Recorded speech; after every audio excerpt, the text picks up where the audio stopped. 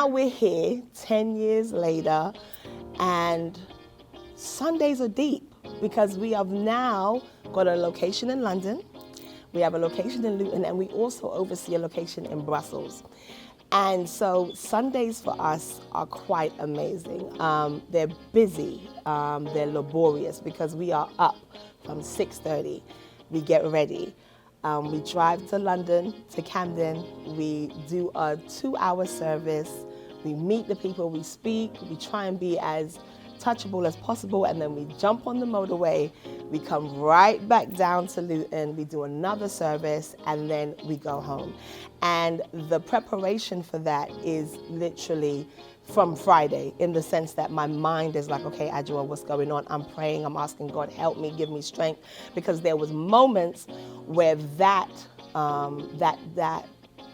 amount of pressure it took, and sometimes the lack of reward, I would say, in the sense of sometimes you don't see what's happening. So you kind of feel like, why am I doing this? Because your body gets tired. And one of the things that I found with me, I kind of got burnt out. Like I'd say maybe mine wasn't last year, like probably the year before. I was really burnt out. I was really kind of like, I'm done. I was like, I don't want to see, I don't want to hear nobody say, I'm praying for you, you're lying. You know, I kind of felt like, I just, because it was the point that when you're always giving and you kind of sometimes don't feel like you're receiving anything back, it can weigh on you. It can, and you know, yeah, we don't do it for the applause of man. We know that we do it for the audience of one, but we're human.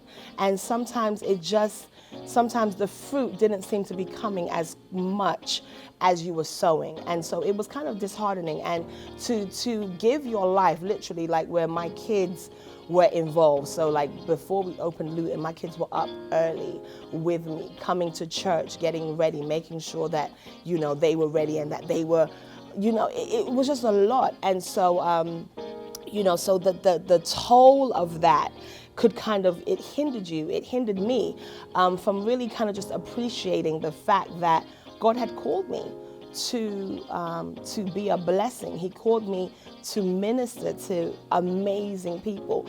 And so sometimes I feel like, you know, as ministers, as pastors, why sometimes we get into the place where we get depressed is because we forget why we're doing what we're doing. And on our channel, if you know us, we're about faith, the Christian faith, lifestyle, and entertainment.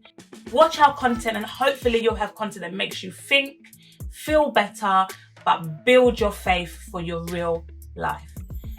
When you're around here, guys, you know what you got to do. Subscribe.